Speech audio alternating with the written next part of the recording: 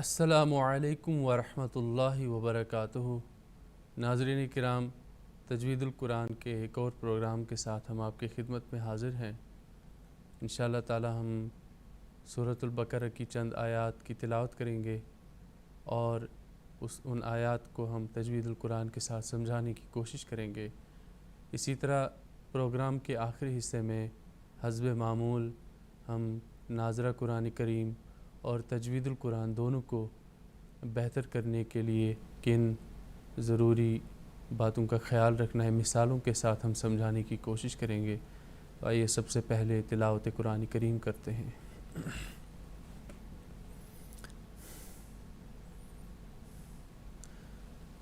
اعوذ باللہ من الشیطان الرجیم، بسم اللہ الرحمن الرحیم۔ سيقول السفهاء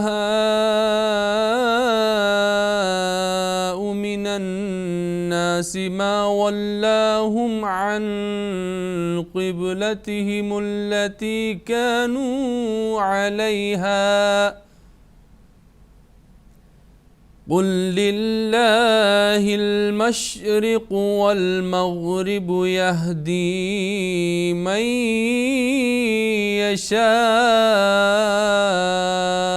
إلى صراط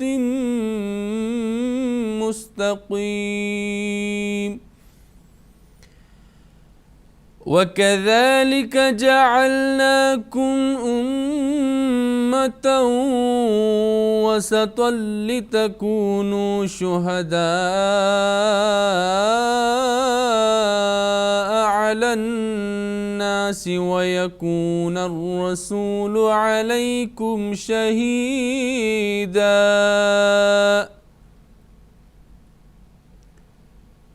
وما جعلنا القبلة التي كنت عليها إلا لنعلم من يتبع الرسول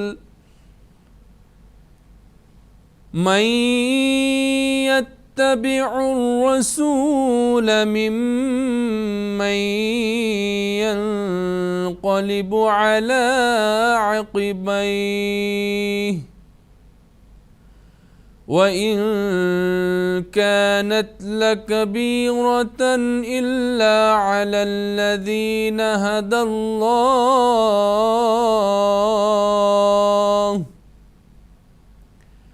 وما كان الله ليضيع إيمانكم إن الله بالناس لرؤوف رحيم قد نرى تقلب وجهك في السماء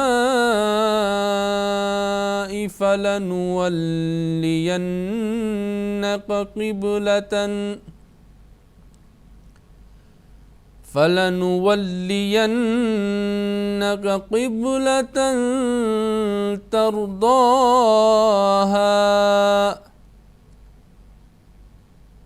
فول وجهك شطر المسجد الحرام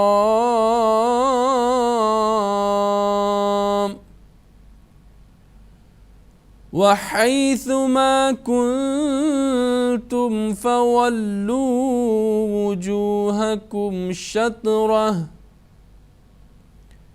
وإن الذين أوتوا الكتاب ليعلمون أنه الحق من ربهم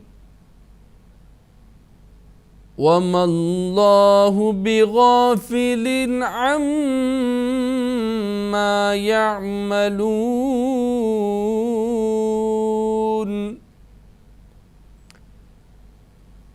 ولئن أتيت الذين أوتوا الكتاب بكل آية ما تبعوا قبلتك وما أنت بتابع قبلتهم وما بعضهم بتابع قبلة بعض ولئن اتبعت أهواءهم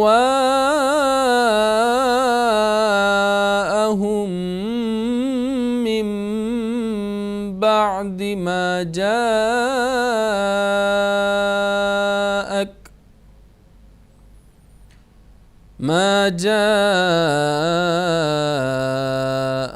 من العلم إنك إذا لمن الظالمين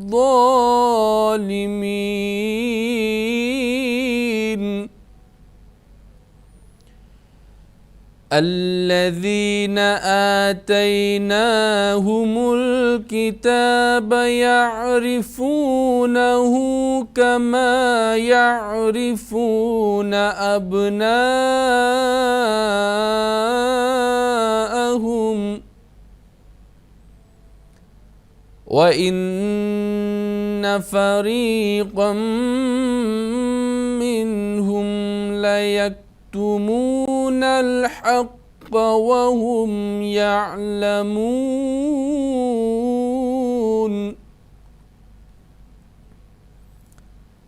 الحق من ربك فلا تكونن من الممترين۔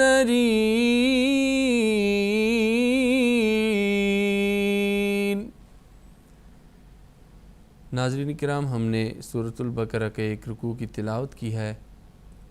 آئیے اب اس رکوع میں سے چند ابتدائی آیات کو ہم تجوید القرآن کے ساتھ ایک ایک لفظ اور الگ الگ تجوید کے ساتھ سکھانے کی کوشش کرتے ہیں اور قواعد کا بھی ذکر کریں گے۔ تو اس سے پہلے جن قواعد کا ذکر آیا تھا وہی بار بار انہی قواعد کا ذکر آتا جائے گا، اور ہو سکتا ہے کوئی اور بھی نیا قاعدہ آ جائے اور بھی کوئی نئی بات ہو جو ہم سیکھ سکتے ہیں۔ سب سے پہلے آپ دیکھیے سیقول، یہاں پر واو مدہ ہے، سیقول السفہاء، یہ جو ہے یہ مد متصل یعنی بڑی مد کہلاتا ہے۔ اس کی مقدار 4 الف 5 الف ہم اس کو لمبا کر سکتے ہیں، اور جو چھوٹی مد ہے جو مد منفصل ہوتی ہے اس سے ڈبل پڑھ لیتے ہیں۔ تو یہاں پر دیکھیں سب سے پہلی بات جو ہے واو مدہ کا خیال رکھنا ہے، یہ اس کا علم ہونا چاہیے کہ یہ واو مد کیسے ہے، کیسے بنتا ہے یہ واو مدہ۔ صرف واو ساکن سے پہلے پیش اتنا تو پتہ ہے ہمیں، لیکن یہ کون سی اصطلاح یہاں پر کون سا قاعدہ ہے، کون سا احکام ہے قاعدے کا یہ پتہ ہونا چاہیے تاکہ ہم دوسروں کو بھی سکھا سکیں۔ تو یہ تشدید ہے، اس کے ساتھ ہم لام جو مضموم ہے اس کو ملائیں گے، یعنی ضمہ والا پیش والا لام، اور اسی طرح سے ہم جو الف کے اوپر بڑی مد ہے اس کو ہم کافی لمبا کر کے کھینچیں گے 4-5 الف یا 4-5 سیکنڈ تک، حسب جو ہماری آواز ہے۔ ترتیل کے ساتھ پڑھیں گے تو زیادہ، تدویر کے ساتھ اسی حساب سے، اور حدر کے حساب سے اسی حساب سے ہم اس کو لمبا کر کے پڑھیں گے۔ اسی طرح سے یہ آپ دیکھیں حمزہ کے اوپر جو ہے یہ پیش ہے، حمزہ اسی لفظ کا حصہ ہے، تو اسی لیے یہ یہاں پر بڑی مد ہے۔ من الناس میں آپ نون مشدد کا خیال رکھیں، اور اسی طرح سے ما میں الف مدہ کا خیال رکھنا ہے۔ واللہم میں جو ہے وہ کھڑا زبر جو ہے اس کا خیال رکھنا ہے، اس کو کھینچنا ہم نے، واو کو ہونٹ کی گولائی سے ادا کرنا ہے، اس کا خیال رکھنا ہے۔ اسی طرح سے میم ساکن کا اظہار ہم نے کرنا ہے، آواز کو روکنا نہیں، یہاں پر ادغام نہیں ہوگا، اخفا نہیں ہوگا، بلکہ میم ساکن کا اظہار ہوگا، اس لیے آواز کو بالکل نہ روکیں اور گنہ کے ساتھ نہ پڑھیں۔ اور ما ولاہم عن، ہم عن غلط ہے، تو اس حساب سے یہاں پر عین کا آپ جو ہے وہ خیال رکھیں، حلق سے نکلنی چاہیے آواز، ورنہ حمزہ کے ساتھ اس کی آواز ملے گی۔ نون ساکن کے بعد قوف ہے، اخفا ہوگا، یہاں پر اخفا کی آواز ہم نے ناک میں چھپا کر پڑھنی ہے گناہ کے ساتھ۔ قوف کو ہم نے پر کرنا ہے، کیسے پڑھنا ہے؟ عن قب، پھر با پر کلکلہ ہوگا، حروف کلکلہ میں سے ایک ہے، حروف کلکلہ 5 ہے، قوف تا با جیم دال، اور قوف تا با جیم دال جب ساکن ہوں تو کلکلہ ہوگا، آواز کو جنبش آئے گی، تو با حروف کلکلہ میں ہے، آواز کی جنبش آئے گی یہاں پر۔ قب لتہم، یہاں پر خیال رکھیں کہ ان کی آواز کو لمبا نہ کریں، زیر زبر پیش کو جلدی سے پڑھنا ہے۔ ملتی، تشدید کا خیال رکھیں، اور یا مدہ کا خیال یہاں پر، لتی ہم التی، ایک الف کے برابر ہم نے لمبا کرنا ہے آواز کو۔ یہاں پر کانو میں کیا ہے؟ الف مدہ ہے، اس کو کا، اس کو ایک الف کے برابر لمبا کر کے پڑھیں۔ نو میں واو مدہ پھر آ رہا ہے، حروف مدہ 3 ہے، الف واو یا، الف سے پہلے زبر، الف مدہ، واو ساکن سے پہلے پیش، یہ دیکھیں واو ساکن سے پہلے پیش واو مدہ، یا ساکن سے پہلے زیر تو یا مدہ، یہ یا ساکن سے پہلے زیر، یہ دیکھیں تینوں مثالیں یہاں پر آ رہی ہیں، یہ یا مدہ ہے، یہ الف مدہ ہے، یہ واو مدہ ہے۔ تو کتنے ہیں حروف مدہ؟ 3، الف مدہ، واو مدہ، یا مدہ۔ سمپل آپ الف، واو اور یا یاد رکھیں، لیکن صورتحال کیسی ہونی چاہیے، کیسے مد بنیں گے یہ 3 حروف؟ الف کو کیسے لمبا کریں، یا کو کیسے، واو کو کیسے؟ الف سے پہلے زبر ہو تو الف کو لمبا کریں گے، اس کو ہم اصطلاح میں الف مدہ کہیں گے۔ یا کو کیسے لمبا کر کے پڑھیں گے؟ یا ساکن سے پہلے کسرہ ہے تو اس ساری چیز کو ہم اصطلاح میں یا مدہ کہیں گے۔ اور واو کو کیسے لمبا کر کے پڑھنا ہے؟ واو ساکن سے پہلے پیش، اس کو ہم واو مدہ کہتے ہیں۔ تو دیکھیں کتنی اچھی مثال ہے، قبلتہم التی کانوا، تو ایسے ہم نے اس کو لمبا کر کے پڑھا۔ علیہا عین، اور دیکھیں یہاں پر یا لین کا قاعدہ ہے، یا ساکن سے پہلے زبر، یا لین، واو ساکن سے پہلے زبر، واو لین، یا لین واو لین، حروف لین 2 ہیں، یا اور واو، کیسے لین بنیں گے؟ یا ساکن سے پہلے زبر، تو یہ اصطلاح میں یا لین کہلائے گا۔ ایسے ہی واو ساکن اگر ہوتا اس سے پہلے زبر تو وہ بھی واو لین کہلاتا۔ تو لین کا مطلب ہے نرمی، تو اس کا مطلب ہے نرمی سے آواز کو پڑھنا ہے، اور تھوڑا راؤنڈ کر کے علی، علی، بالکل آواز کو ڈھیلا نہیں چھوڑنا اور نہ لمبا، علیہا، علیہا، اس طرح درست نہیں ہوگا، علیہا، تو یہ الف مدہ ہے، اس کو ہم نے ایک الف کی مقدار کے برابر لمبا کرنا ہے اور پڑھنا ہے۔ اور اسی طرح سے یہاں پر پھر ہم رک بھی سکتے ہیں، وقف مطلق ہے، بہتر ہے رکیں۔ قل للہ، یہاں پر ایک قاعدہ ہے، یہ لام ساکن سے لام ساکن ہے اور یہ لام مشدد ہے، تو یہ جو لام دونوں ایک جیسے حروف ہیں، تو ادغام یہاں پر ایک قسم کا ادغام ہوتا ہے، ادغام مثلین، تو یہ لام جو ہے یہ مدغم ہوگا اس لام میں، اور یہی لام پڑھا جائے گا، یہ جو مشدد لام ہے۔ تو یہ قاف جو ہے، یہ جو قل کا جو لفظ ہے یہ اس لفظ کے ساتھ مدغم ہو جائے گا، یعنی جو لام ساکن ہے، تو کیسے؟ قل للہ، قل للہ، تو یہاں پر لام اللہ کے قاعدہ، اللہ کے لام کا جو قاعدہ ہے، بیچ والا جو لام مشدد ہے، اس سے پہلے والے لفظ کو دیکھا جائے گا کسرہ ہے، اس لیے جو اللہ کا لام مشدد ہے یعنی بیچ والا لام یہ باریک پڑھا جائے گا۔ للہ، للہ غلط ہو جائے گا، درست نہیں ہوگا، للہ، پھر للہ المشرق، مش میں خیال رکھنا ہے کہ جنبش نہ آئے، مش نہ ہو جائے، مشرق، کیونکہ جنبش صرف قاف تا با جیم دال جب ساکن ہو حروف کلکلہ تب جنبش آئے گی، اس کے علاوہ جتنے بھی حروف ہیں ان پر جنبش نہیں آنی چاہیے۔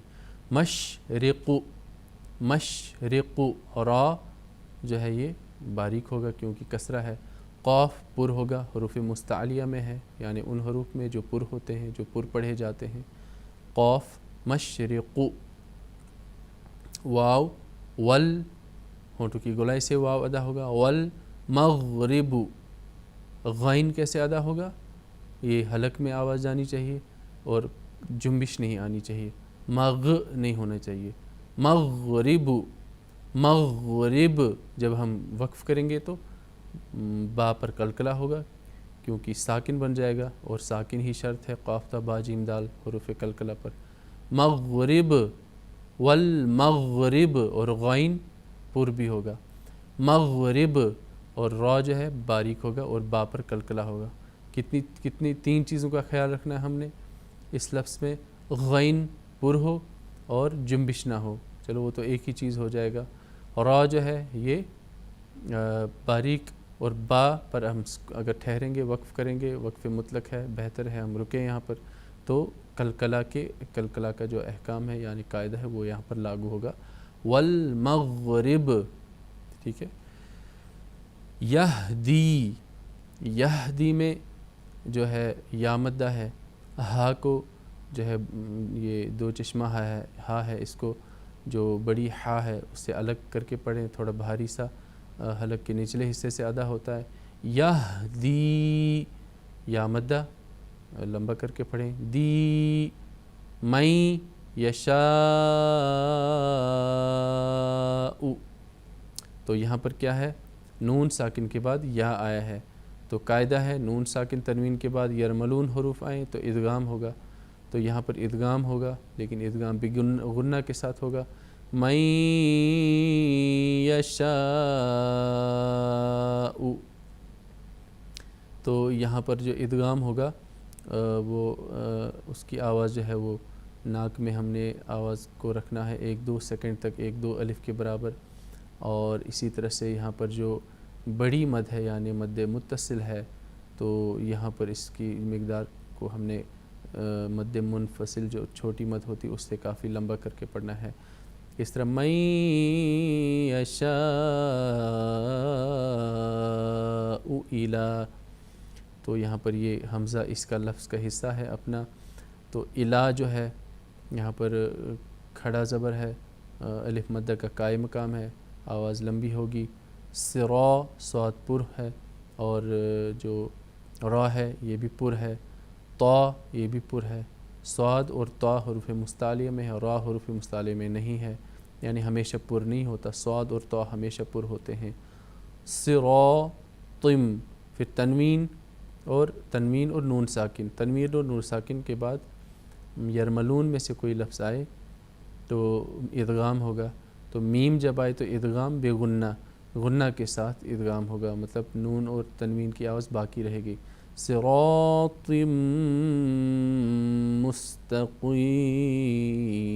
مستقیم، تو یہاں پر جو ہے یہ ادغام ہم نے کیا غنہ کے ساتھ، آواز جو ہے وہ نون کی باقی رہی. اسی طرح سے قاف جو ہے یہ پر ہوگا یہاں پر، اور یہاں پر یا مدہ کا قاعدہ ہے، یا ساکن سے پہلے کسرہ ہے، قاف پر ہوگا اور یہ یا مدہ کا قاعدہ ہے. اور جب ہم اس پر وقف کریں گے الف مدہ واو مدہ یا مدہ پر تو وقف عارض مد عارض وقفی کا بھی یہاں پر جو احکام ہے یا قاعدہ ہے وہ لاگو ہوگا. تو الی صراط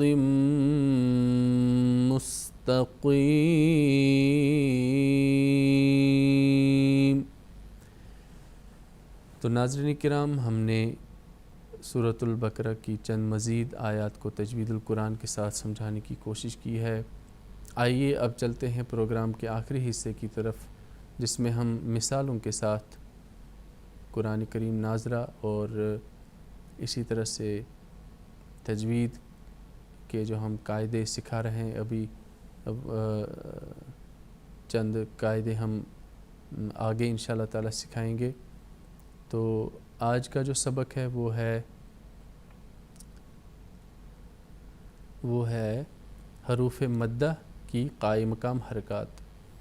تو ناظرین، آپ اس سے پہلے بھی بار بار ہم قائم مقام حرکات کا ذکر کرتے چلے آئے ہیں کہ حروف مدہ 3 ہے، الف واو یا، اور اس کی قائم مقام جو حرکات ہیں کھڑا زبر، کھڑی زیر اور الٹی پیش ہیں.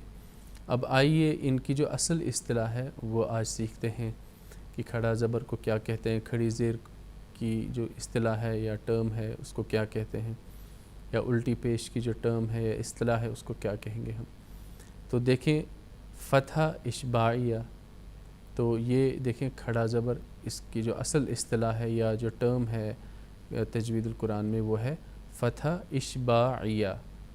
تو اسی طرح سے کسرہ اشباعیہ، کسرہ دیکھیں کھڑی زیر ہے، یہ کسرہ اشباعیہ ہے، اور اسی طرح سے ضمہ اشباعیہ، تو یہ الٹی پیش ہے۔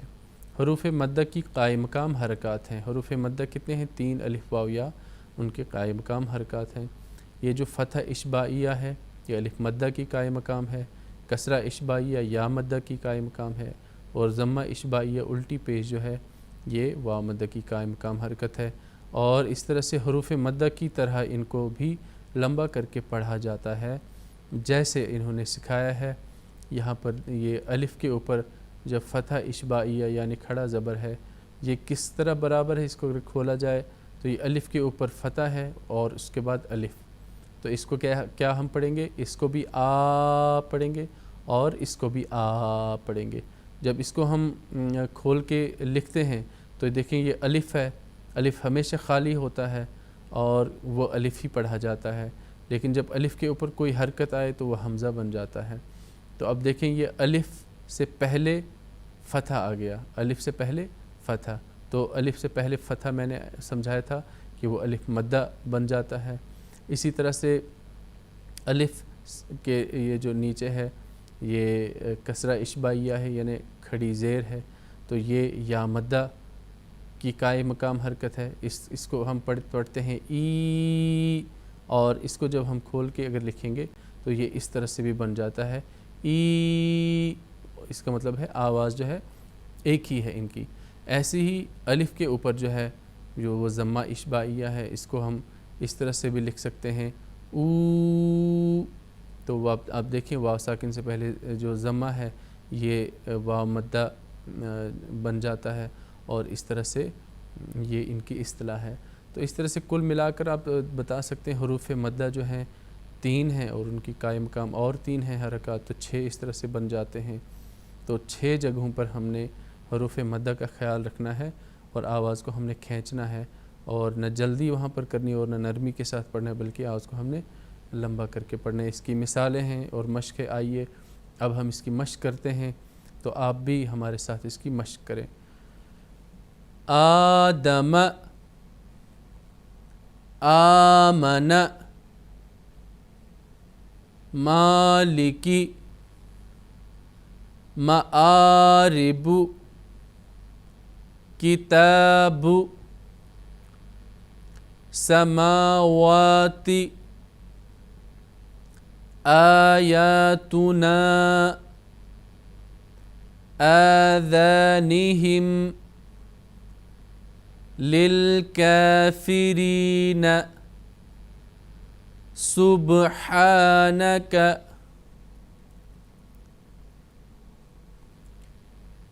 ایلافہم، خطایاکم، عابدات، ابراہیم، ترزقانہ، نورہ، بعدہ، بمزحزحہ، یہاں پر ح اور ہا کا خیال رکھنا ہے، بمزحزحہ،